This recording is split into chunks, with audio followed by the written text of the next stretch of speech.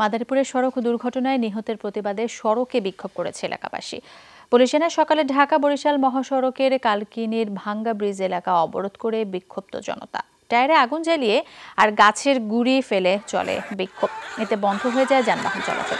পরে পুলিশ ঘটনাস্থলে গিয়ে তাদের সরিয়ে দেয়। প্রায় 2 ঘন্টা পর স্বাভাবিক হয় সড়কে যান চলাচল। বুধবার রাতে ভাঙ্গা ব্রিজ এলাকায় ট্রাক মোটরসাইকেল সংঘর্ষে 2 জন নিহত হয়।